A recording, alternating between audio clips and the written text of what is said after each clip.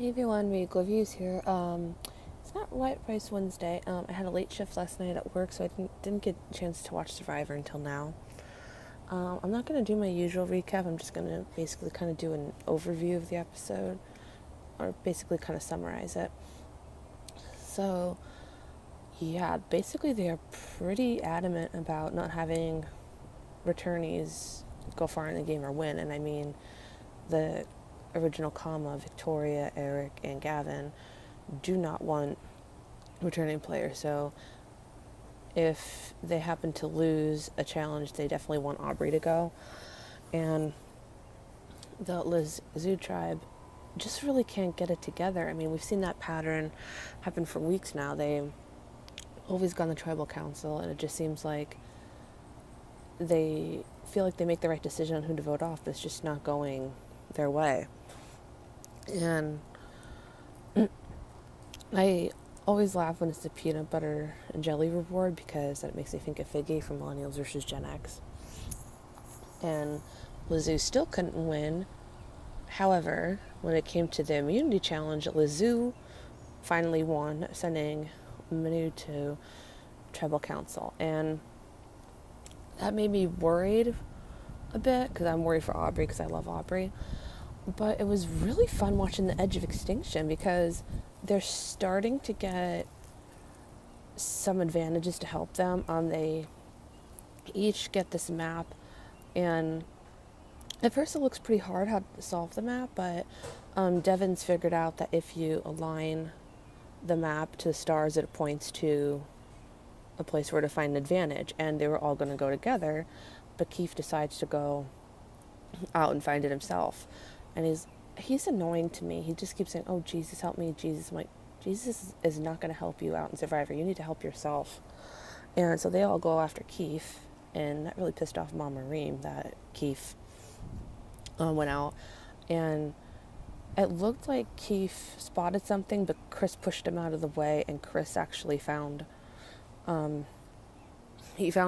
I guess you could say it's an advantage. I guess it's to help in the challenge to get one of them back in the game. It's to help him. Whereas Devins also finds the second advantage, and that is an extra vote, but it's not for him. It's to give an extra vote to somebody that goes to tribal council. And the Manu tribe went to tribal council, so he decided to wield that to Aubrey. So I'm worried about Aubrey, but at the same time, she's in a great position right now because not only does she have that extra vote, she has idol in her pocket. But Victoria is very sneaky.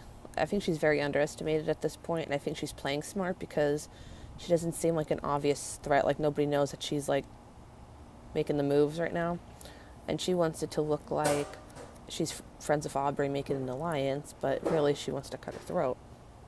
And it's really frustrating trying to make a pitch to Wendy because she can't make a decision to save her life.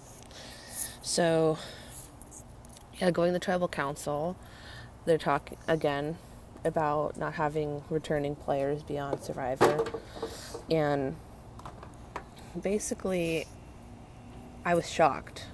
It was actually Aubrey that got sent home, so my heart's crushed. But, it's a game, so whatever, life goes on. But it's not so much the fact that Aubrey went home. It's the fact that Aubrey went home with an idol and an advantage in her pocket. It's like, Aubrey's way much smarter than that. Like, you knew all along you're a returning player. That makes you a threat out there. You knew that your name was thrown about. Why in the world would you not play the idol? So that I did not get at all. So in the second half of the episode, the Edge of Extinction people get another sort of advantage. And it's weird because Reem actually spot it, but Keith was actually the one to touch it first. So in Survivor rules, even though Reem saw it, it's in Keith's possession, and he has an advantage to disadvantage someone. Basically, when that opportunity comes to get back in the game, he can make it harder for his biggest target. I guess it has something to do with, we don't know what the challenge is yet. It's something to do with ropes. So he's gonna give, I guess, his biggest target extra knots, making it more difficult for him. So Yeah, on the Lizu tribe, War Dog is War Dog's trying to pitch that they should maybe take out Lauren, but Wentworth is at a standstill because Lauren's been her biggest ally the whole time, but at the same time, War Dog's been pretty truthful to her up until this point. So she knows at some point she's gonna have to let Lauren go, but she's not sure if this is exactly the right time for it. And it was, and I gotta say, Kama is freaking killing it this season. They have been winning every challenge, and they won the second immunity challenge. And I thought at first, like, wait a minute, aren't they playing for second place? Turns out both tribes are gonna go to tribal council at the same time, because I thought they're gonna vote 3 people off tonight. I thought Aubrey, who already went off, and then I thought they were gonna vote off 2 people. Well, here they're gonna combine, and they're going to go to tribal council together, which brings up an interesting topic. You have 4 and 4. If each of the tribes, if they stay 4 strong, they could potentially go to rocks. And they're all talking about what the right move is to make. And Victoria's not sure if the returning players will go to the rocks. And I kind of get her thought process because they're on their second or third time. Are they willing to go to rocks pre-merged for someone? But as we've seen, they're actually willing to go to rocks. They're willing to stick up for their people and go to rocks if it's to better their tribe. And Victoria said that they're in an advantage because of the returning players and the fact that Wendy was on their tribe before and could give insight, but it's actually the other way around. Wentworth and David's tribe is actually at the advantage because Lauren has an idol, and Wentworth, well, let me start off by this. They seem like they're going to be 4 strong, but War Dog decided to go out and find an idol.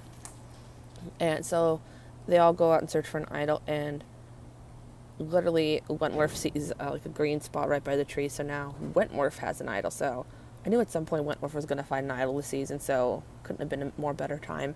So now Wentworth and Lauren have an idol, so they could potentially make something happen. So basically they think they should go after Wendy because they think that, well, War Dog wanted to go after Wendy, but Wentworth was actually thinking smart. She wanted to get rid of Victoria because they think that would be the least. They think that would be the they wouldn't suspect them to go after Victoria, but the other tribe wants to go after Lauren. And at tribal council, there's a lot of discussion going on, and David actually gets up at one point, not just like whispers and talks to Wendy, but actually goes to the side and talks to Wendy. And it ends up being a tie between Lauren and Wendy. So then when a second vote comes around, Wendy and Lauren can't vote. Now they can only vote for Lauren or Wendy. And Eric goes over to David and War Dog, and first conversation he ever has with him is, I'm not willing to go to rocks for them. Are you? Like, are you willing to put your game on the line for him? And everyone's talking to each other, but Wendy's there in the middle. And it ended up being Wendy that got sent home. And yeah, they should have got rid of Wendy a while ago, but oh well, they're gone. So now it looks like next episode is the merge. So that should be very interesting. It will be very interesting because it looks like it's going to be the first opportunity for the Edge of Extinction tribe members to get back in the game. So I can't wait to see who's going to get back in the game and how that's going to change things. So it's time for payback next week. So I hope you guys enjoyed tonight's Survivor. If you guys want to check out Survivor, it is on Wednesdays, 8 p.m. on CBS. Until next time, stay regal.